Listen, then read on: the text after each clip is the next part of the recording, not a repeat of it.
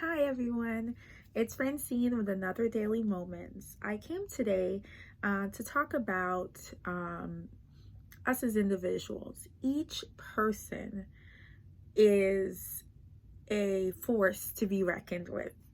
Each one of us have our own unique story. The mere fact that we're alive means that we have purpose, we have ability, we have skill, we have know-how. And but a lot of times those things go unrealized, those things get underserved in our communities, in our family dynamics, at the workplace, because of low self-esteem, a lack of self-worth, and comparison. We live in a society that compares so many things. And because of that, people feel like what they bring to the table is not good enough. They're not good enough. They are not contributors to their environment and to those around them. And that's a lie. That's just straight up a lie. And at different times we may feel like we're excluded in some way. We may feel slighted. We may feel like opportunities did not come for us the way that we thought it should have come. And it's sad because a lot of times we go through life with a chip on our shoulders. A lot of people navigate through life like that. A lot of people, they are like, oh my goodness, if only this happened, then I would be better off. Or if only that happened, my life would be set. I came to tell you today that there's a seat at the table for every single person. Opportunity is there for every single person. And sometimes we have these mile markers that we set for ourselves, right? At this age, I'm going to do that. At that age, I'm going to do this. And say, for instance, you passed the age that you had set that mile marker. All of a sudden, in looking at the next person, you feel like you failed. And God forbid, some people label themselves a failure. I came to tell you, you are not a failure. Everyone needs to walk and navigate life in a unique way. Everyone is not going to get a job at the same time. Everyone is not going to get married at the same time. Everyone is not going to start a family at the same time. And that's okay. That's okay. The issue that comes in is sitting on the sidelines of your life. Sitting on the sidelines of your life because you feel like you should have gotten a break that you didn't get, that somebody should have recognized you, or you're waiting for someone to do it for you. And so I wanted to bring our attention to the book of the Bible, St. John chapter 5. And it comes at a timely point where there's this man. He was at a pool called Bethesda in the Bible, and he was there for 38 years. At this particular pool, there were people that were lame, impotent, blind, all kinds of stuff. And so what happened there, according to the story, each year an angel will come, trouble the water that's at the pool, and the first person that dipped in the water, went in the water, would be healed. And so here Jesus comes along and says, hey, what's going on? What's happening? And he asked him a question that was just like, and he has been, for 38 years, he has been coming up with all kinds of things as to why he hasn't gotten his healing, right? But then sometimes in our lives, someone comes along and asks you a poignant question, a question that even you can't escape. And Jesus said to this man, will you be made whole? Like, basically, are you ready to get on with this? Like, are you gonna sit here forever? And so instead of him saying, yeah, man, you know, I need to make some different changes, I need to do some things, you know, instead of him acknowledging like where he may have fallen short, all of that, he says this. He says, well, sir, I have no man when the water is troubled to put me in the pool. So you mean to tell me for 38 years, nobody, you couldn't tell nobody about that idea? You couldn't tell nobody about your challenge? Nobody. Sometimes we don't trust people with different things, right? And so he couldn't say to somebody like, you know, I've been trying to get in this pool. Can you help me?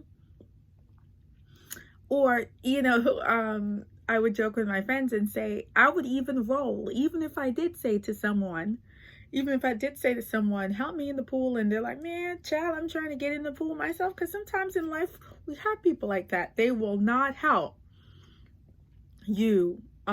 They just won't. They'll help others, but not you. And that's all right.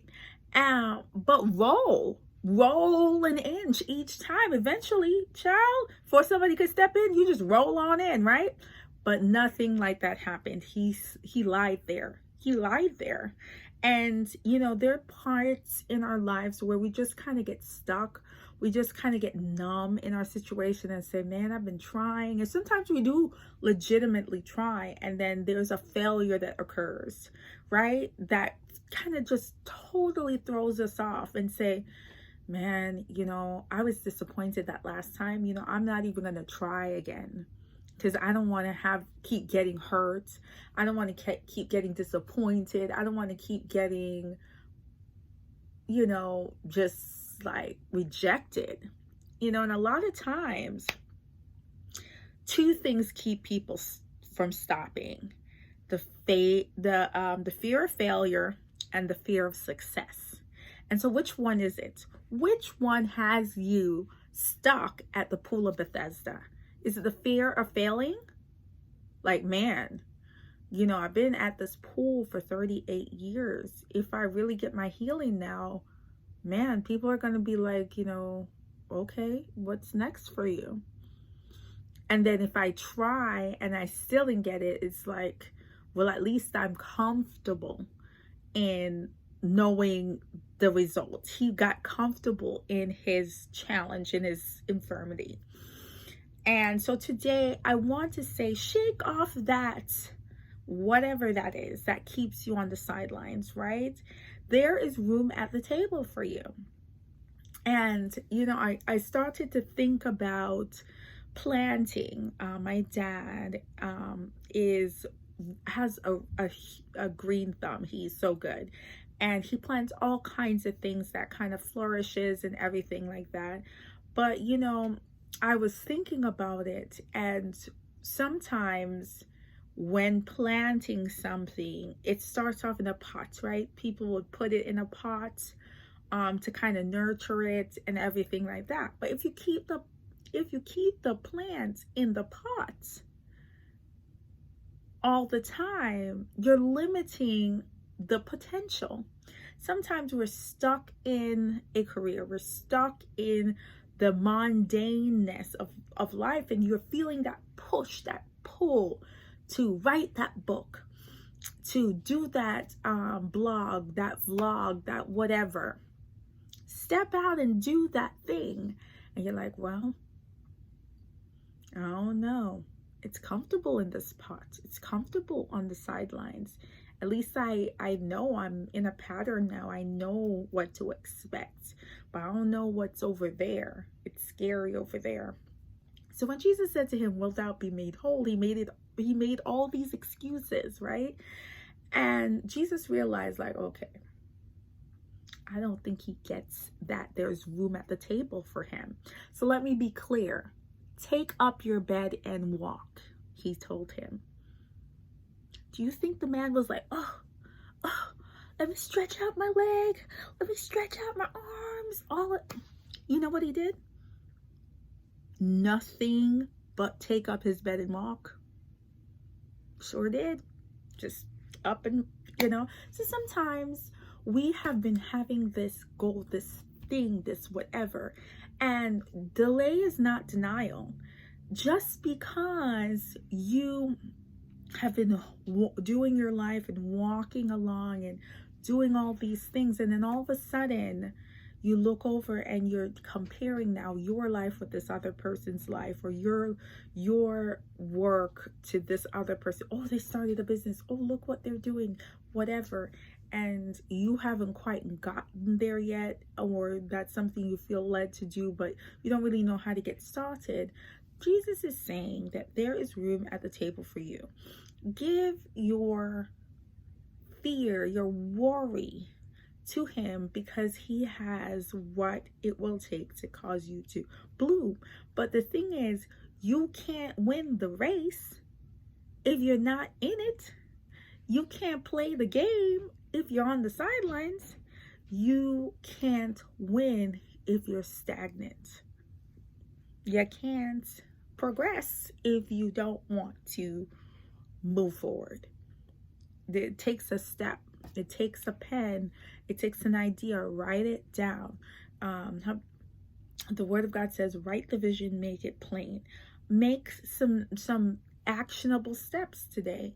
And one of the things that I think about is that first we have to be okay with who we are. And sometimes we don't step out, we don't do these things because we're fear of being judged, right? We look over at someone else's lane and say, man, they're really doing well, man, they got the talent for that, or they have the look for that, or they have this for that and that. And then you look at yourself and you may be like, well, I'm all right, I'm not, there's this, and we're so judgmental of ourselves, right? But do you know that every person was once a beginner? Nobody is born an expert. And I am not an expert. And so today, because of that, go take your seat at the table. Go do it. Go take your seat at the table. There's enough room for all of us. I hope you're blessed. Have a good day. Bye.